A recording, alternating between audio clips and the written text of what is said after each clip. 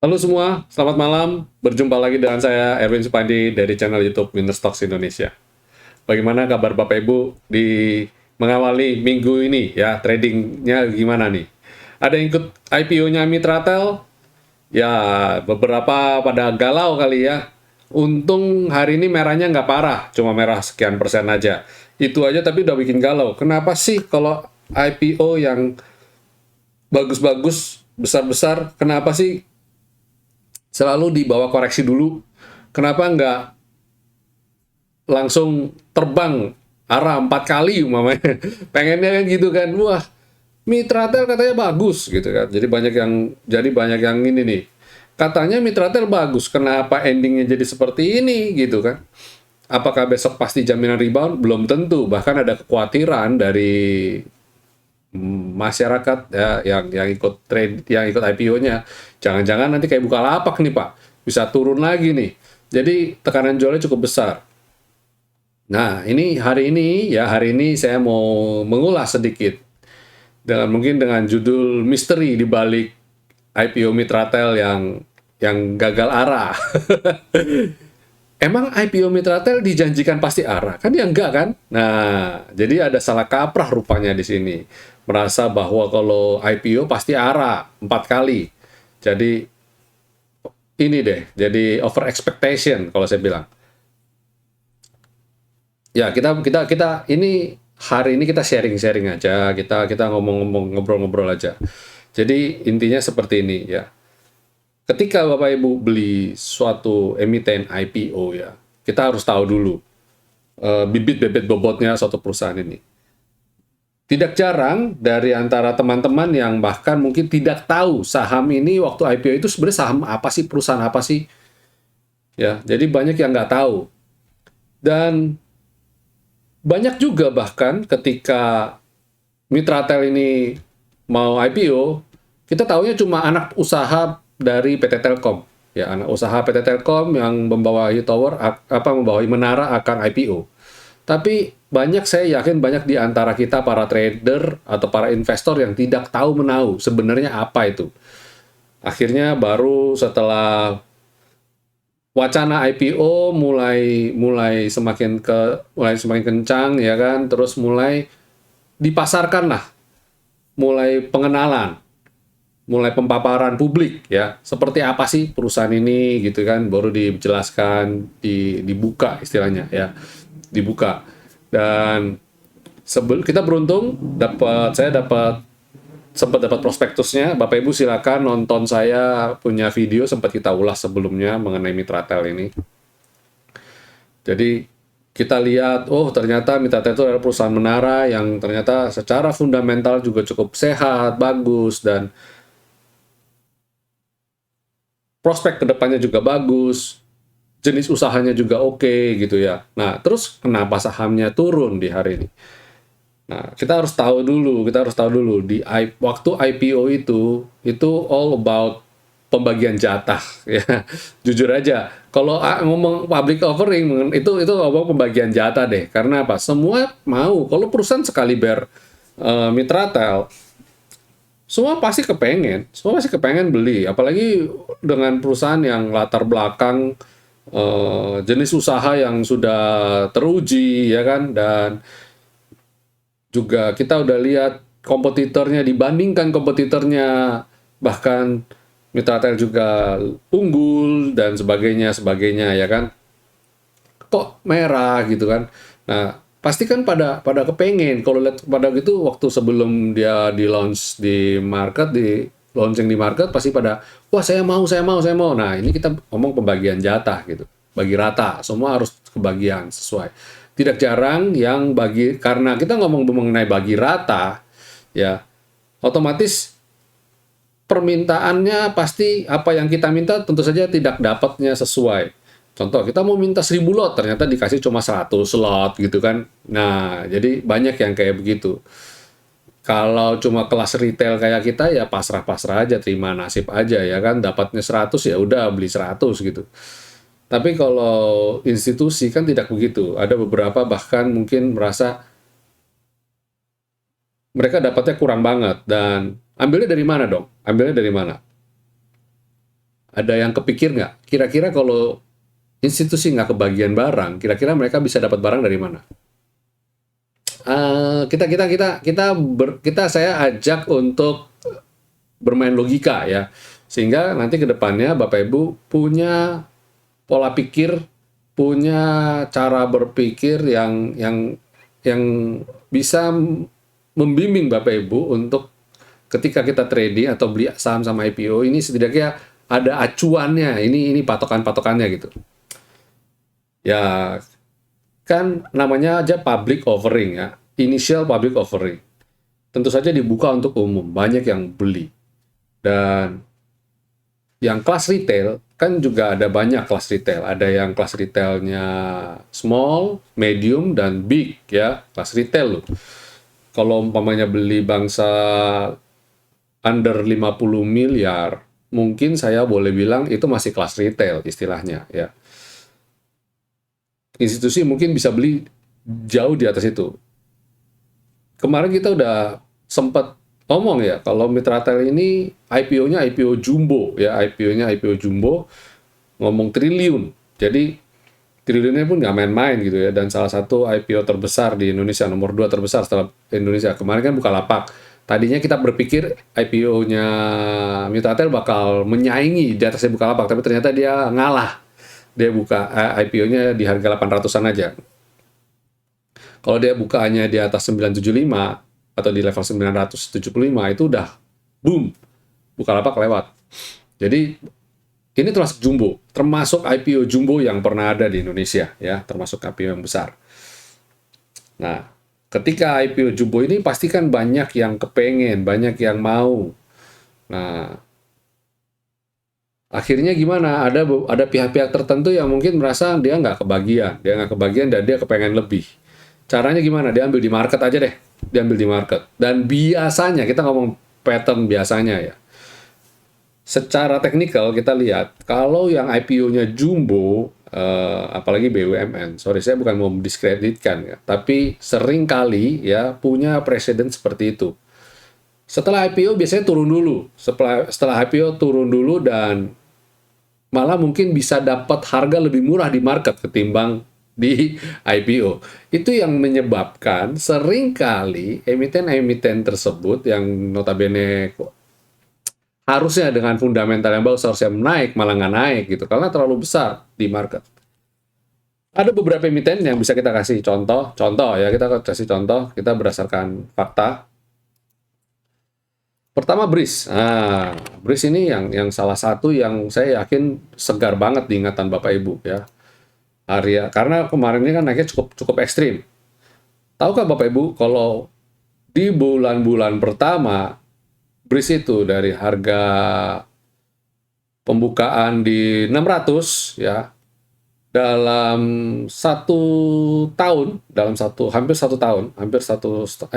hampir 2 tahun harganya turun sampai Rp200, yang mana menurut saya 155 bahkan di bottomnya bisa sampai 155-an, yang mana minus berapa persen itu dari 600 dikurangi mungkin 500%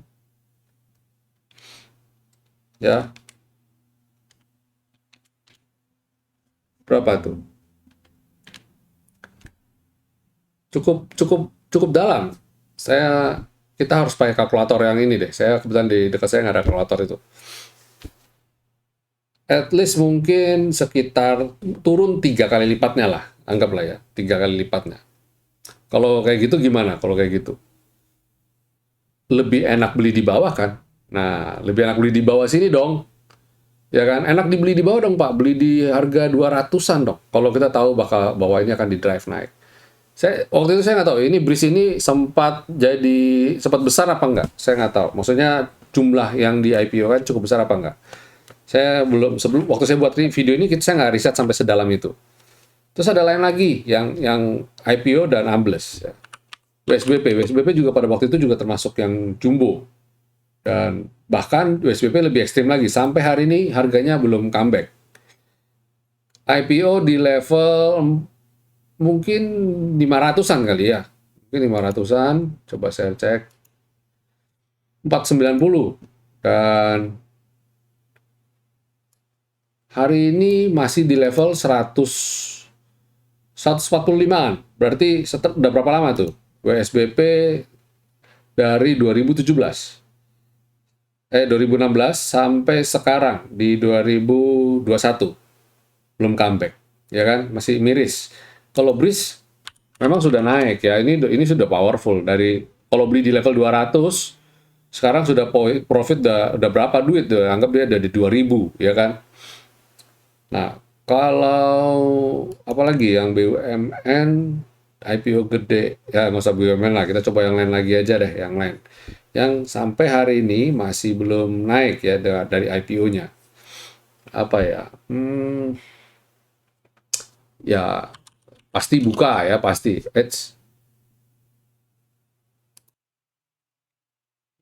Ya, ini lihat sempat bahkan naik sampai tertingginya di level 1300 dan sekarang masih di level 600-an. Berarti separohnya bahkan ya. Ya, itu akhirnya lebih mending beli di bawah di dasar dong, non IPO. Jadi, itu sebabnya saya kemarin kita bikin videonya itu lebih kepada investasi. Kalau mau beli saham-saham IPO ya buat investasi. Dan saya yakin beruntungnya adalah ketika Bapak Ibu book building ya, maksudnya dapat penjatahannya nggak banyak, itu harusnya bersyukur. Jadi seringkali ada yang bersungut-sungut. Ya kalau arah 4 kali tentu saja bersungut-sungut, aduh dapatnya sedikit. Tapi kalau ketika dia turun, nah kita harusnya bersyukur, wah untung dapatnya sedikit. Kalau kita yakin dengan fundamentalnya, kita yakin dengan perusahaannya kan, ya tinggal beli aja di bawah gitu. Kita beli lagi aja di bawah. Nanti ketika beli di bawah kan jadi ter-average. Ingat kemarin-kemarin saya sempat bikin video mengenai cara-cara investasi juga ya. Dan salah satu rules-nya yaitu dollar cost averaging tentu saja. Kalau kalau Bapak Ibu beli saham ya kan, nah, untuk sifatnya nabung investasi kita belinya bertahap dan sifatnya itu dollar cost averaging, beli aja terus, numpuk aja beli, niscaya dapat profit. Dan kalau kelas mitra tel seperti ini yang mana kita lihat PBV dan EBITDA-nya dibanding Tebik dan Tower, kita ngomong sisi fundamentalnya aja, mitra tel masih ya fundamental di atas Tebik tapi kira-kira levelnya mirip-mirip sama Tower lah ya. Nah, kalau kayak begini, lihat harganya Tower, lihat harga Tebik, berarti masih oke banget dong. Masih banyak ruang bergerak untuk mitra tel untuk bertumbuh. Jadi, Bapak Ibu sabar-sabar aja, jangan dihujat. MT ini jangan dihujat. Kemarin mulai ada lucu-lucuan ya, ada yang hari ini mulai muncul nih meme-meme lucu-lucuan. Ya, jangan dihujat, biarin aja. Kita manfaatin, anggap aja kita, oh kalau gini bagus lah, koreksi aja. Kita bisa dapat barang diskonan. Tadi IPO 800, kok siapa tahu bisa dapat harga Mitatel di harga 200 kayak BRIS. Kan lumayan, ya kan? Nah, terus habis itu di bawah naik sampai 2000. Wah, who knows? Ah, coba simpan video ini. Coba simpan video ini, kalau sampai kejadian seperti yang ini, jangan bilang saya bandarnya loh ya. Ini saya berdasarkan cerita, berdasarkan tipikal. Tipikal kalau ada perusahaan yang bisa seperti itu kayak BRIS tadi. Walaupun kita berharap di Tartel nggak seperti itu. Ya, hati-hati aja tapi ada orang-orang tertentu, ada ya sesuatu, ada seseorang yang mungkin pengen dapetin lebih banyak lagi di market dan dia sengaja bikin bikin turun. Ya, ya semoga tidak terjadi. Ya itulah intinya, jangan galau ya. Kalau memang Bapak Ibu mau investasi di Mitratel ya jalan aja, go for it aja, dan pastikan Mitratel ini masuk di account buat nabung, jangan buat trading ya. Oke? Ya, semoga ini sedikit bisa membantu Bapak Ibu untuk tidak menjadi galau.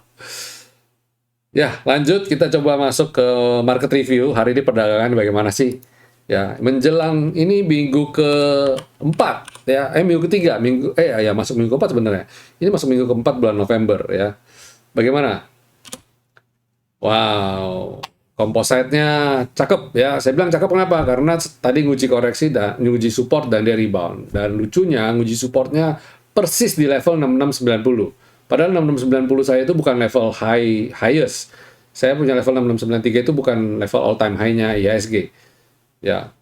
Itu pure kuantitatif, based on kuantitatif. Saya dapat ini ya, harga 6693 itu. Dan hari ini persis swingnya ke sana dan rebound. Harapan saya di minggu ini dan minggu depan IHSG bisa lanjut rally. Ya, kita pray for the best. Apalagi IHSG baru saja sebenarnya baru habis koreksi, habis pullback. Harusnya saat ini bukan waktu tepat yang, maksudnya bukan deket-deket ini, dia harusnya nggak koreksi dulu deh. Ya, ini chartnya. Ya, ini chartnya. Jadi harusnya dia nggak koreksi dulu. Dan hari ini asing membukukan net sell minus 24,7 miliar. Dan transaksi hari ini cukup besar, 12,3 triliun, cuma sayang volumenya kecil. Artinya yang gerak hari ini itu bukan blue chip, ya, bukan blue chip. Karena cenderung transaksinya besar, tapi volumenya nggak besar. Ya. Coba kita cek di LQ45-nya. Nah, LQ45-nya ya ternyata mirip-mirip ya. Wah, jangan blue chip ini yang bikin begini, tapi mirip-mirip lah, perdagangannya mirip-mirip. Terus kemudian ada Kompas 100, mirip nggak ya? Kompas 100 sedikit lebih bagus. Ya, kayaknya yang bikin turun malah blue chipnya nih, LQ45, sedangkan Kompas 100-nya udah rebound. Kalau lihat gini, moga-moga besok berpotensi untuk rebound ya. Setidaknya di Kompas 100. Di Kompas 100 kemungkinan besar bakal nanjak nih. Terus bagaimana dengan sektoralnya? Kita coba cek. IDX Basic. Wow, anti badai. Ya, silakan sektor ini dipantau terus. Kemudian habis itu ada consumer cyclicals. Nguji support aja. Kalau dia breakout, ini peluang breakout cukup besar dan dia juga habis pullback. Harusnya trennya masih akan bagus. Terus energi bikin galau nih, persis di sini. Ingat, ini baru hari Senin, besok juga masih bisa ngegas. Peluang ngegas cukup besar. Finance. Wow, finance oke ya. Bagus nih finance. Kalau dia bisa naik lagi, rebound, lanjut, cakep nih ya. Ini mirip-mirip nih, mirip-mirip sama energi ya. Harusnya sih cakep nih. Kalau lihat finance, gelagat-gelagatnya IHSG masih bakal lanjak lagi. Sektor healthcare, wow, keren sektor healthcare ya. Posisi breakout hari ini ya. Ini kita udah kasih clue-clue ya, sektor ini wajib pantau dan dia breakout hari ini. Terus habis itu sektor industri. Hampir tadi udah breakout, tapi dia koreksi lagi, tutup lagi. Ini masih sideways lah. Tapi tenang aja, ini tren masih bagus dan potensi breakout juga masih besar. Infrastructure, wah tadi sudah bagus banget. Dia koreksi, nggak apa-apa. Ini anggap momentum untuk buy on weakness. Kalau kita ngomong infrastructure, ini nggak jauh-jauh dari sektor telco ya. Nanti silakan Bapak Ibu pantau. Wow, consumer non-cyclicals keren. Nah, ini bagus nih ya. Saya lihat consumer bakal jadi kuda hitam nanti di akhir tahun window dressing. Jangan-jangan dia yang bikin rally nanti. Silakan Bapak Ibu, hari ini mulai kita kumpulin ya, kumpulin consumer. Properti koreksi lagi dan dia goyang di support. Harapan saya bisa balik mantul lagi. Ini tertahan di support ya. Kalau dia balik dari mantul dari skyline, ini kelihatan banget dia rebound dari skyline ya. Wow, keren banget lah ini kalau dia bisa rebound dari skyline. Terus tentu saja ada sektor tekno. Ini masih abaikan aja ya, masih kurang oke. Terus kemudian sektor transportasi. Wow, cakep nih sektor transportasi ya. Dia tertahan di sini, moga-moga sideways datar aja, nggak usah terlalu ekstrim, sembari naik selendang pelan-pelan balik ke level atasnya. Ya, itu sektoral. Secara sektoral pokoknya pada dasarnya masih aman. Saya lihat potensi rebound cukup besar, apalagi kita tandai dengan bagusnya sektor consumer, non-cyclicals, ada basic, ada finance, ya consumer non-cyclicals juga keren, yang cyclicals juga keren.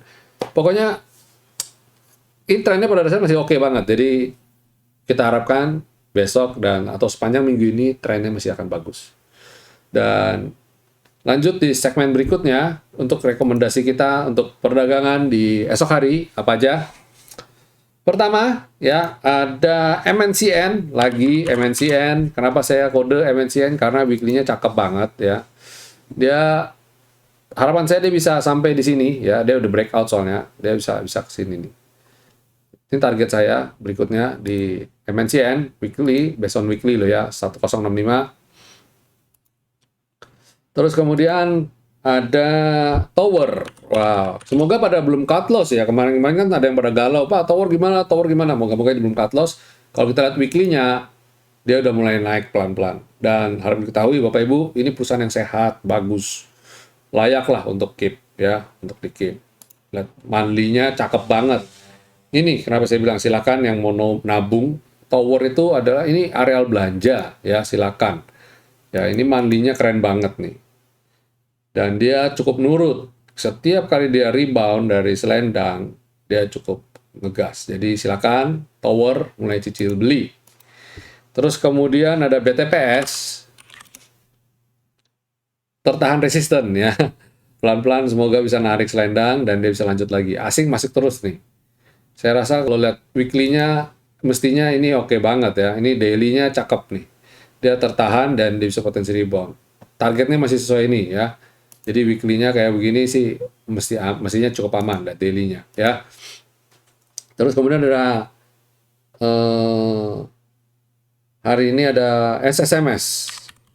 SSMS juga keren, SSMS. Ini kalau lihat weekly-nya, dia juga masih bagus banget. Monthly-nya ini kalau breakout, wow. Ini transaksinya besar sekali nih ya. Dulu dia primadona atau saya primadona nih, harusnya masih lanjut. Di saat sektor CPO yang lain kurang, oke, dia masih oke banget. Coba lihat AALI. Ini masih belum oke, LC belum oke, dan dia ngegas sendiri. Jadi anti badai ini, anti badai banget ini ya, padahal dia produksinya sama. Terus habis itu ada yang Bapak Ibu silakan masih tetap kumpulin adalah SIDO ya. Silakan SIDO.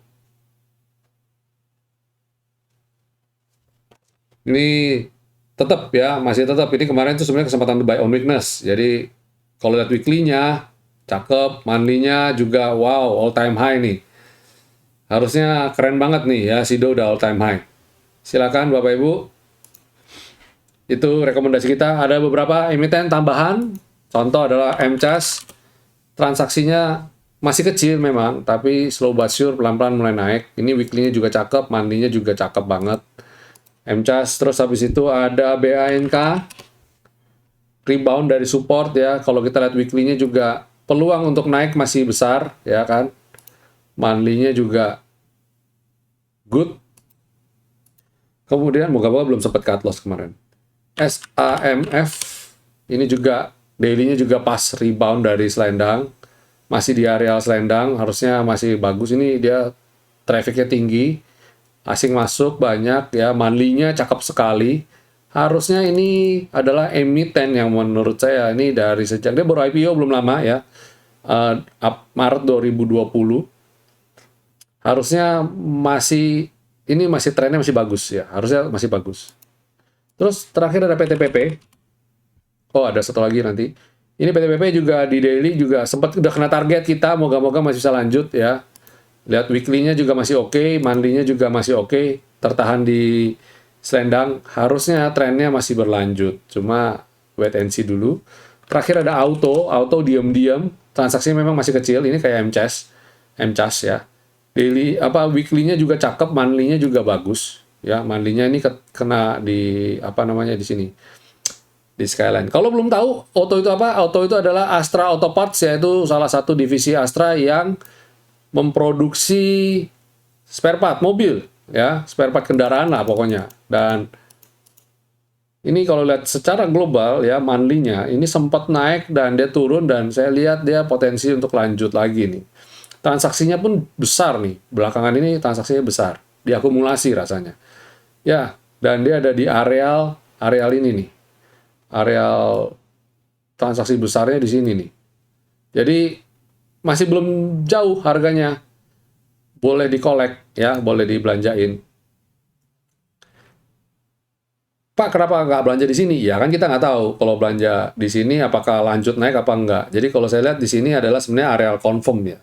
Jadi menarik lah. Ini masih oke banget. Ini mandi ya dari daily-nya. Kita buy on weakness, pantau-pantau aja. Kalau besok breakout sih cakep, tapi saya sarankan masuk bertahap aja, icip-icip aja ya, kulo nuwun. Ingat transaksinya juga belum besar-besar sekali. Jadi rasanya sih kita tetap playing defense dulu aja, jangan terlalu agresif. Oke, ya itu market review kita, rekomendasi kita. Selanjutnya kita masuk ke diskusi ya, saham apa aja sih yang masuk pertanyaan Bapak Ibu.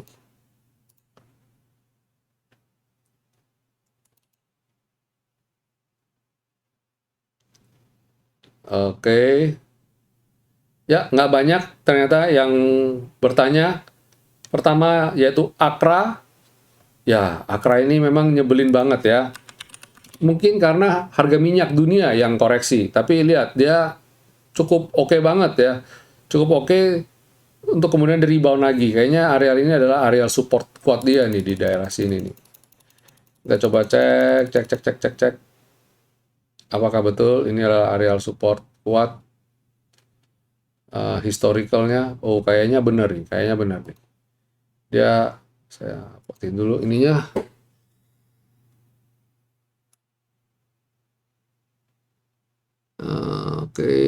Oke. Kayaknya benar. Ini kalau kita lihat sejarah, dia beberapa kali mantul daerah sini ya. Ini kalau kita panjang ini sampai sini dia. Nah, ini kayaknya dulu beberapa kali sempat support, mantul, dan dia sempat jadi resisten sebelum dia ambiar di tanggal Desember 2020, dan ini jadi support kuatnya dia. Dan kita lihat beberapa waktu kemarin sempat dia swing di sini ya, mau breakout nggak bisa, sampai akhirnya dia breakout dan dia swing sempat ke areal ini, dan dia kejemput di areal ini. Maaf, sebelumnya saya kurang teliti lihat supportnya dia. Harusnya sekarang sudah benar. Dan ini waktu beli malah ya. Coba icip-icip beli. Saya sendiri pribadi masih hold, jadi nggak usah khawatir. Malah saya mau kayak gini, mau lo buy on weakness nih ya. Buy on weakness. Padahal saya Akra masih sangat aman. Don't worry. Kemudian ada Inco.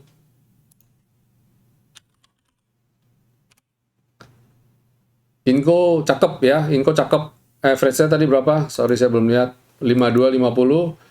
Dan dia comeback lah ini. Kemarin kan juga kita sudah rekomendasikan Inco di video sebelumnya.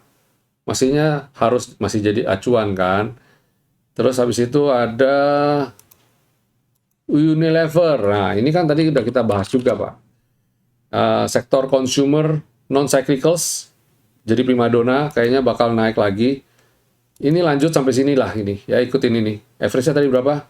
4536 dan sekarang 4840. Oke, lanjut lah. Moga-moga bisa breakout V-line. Kalau bisa breakout V-line, lanjutnya ke sinilah ya. Ikutin ini dulu aja target-target kita ini ya. Ikutin target ini.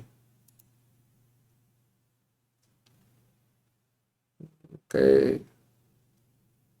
Sementara itu ikutin target ini dulu aja.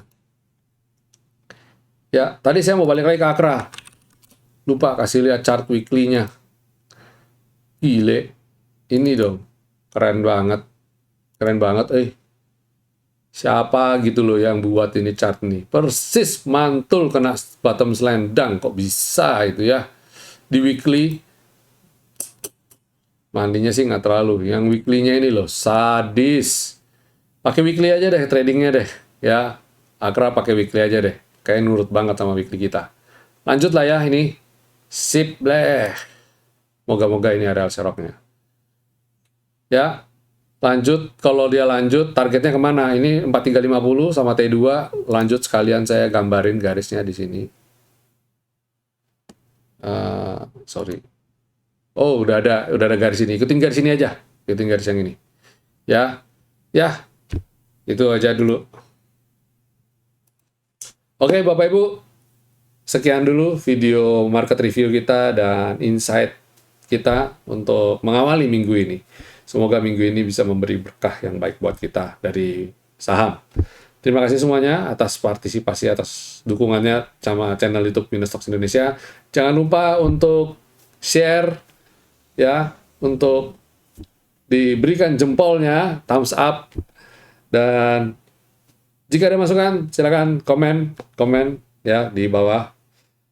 Jangan lupa untuk selalu dukung bikin trading plan-nya, bikin trading plan. Lupa ya. Oke. Sampai jumpa semuanya. Stay safe, stay healthy, and God bless.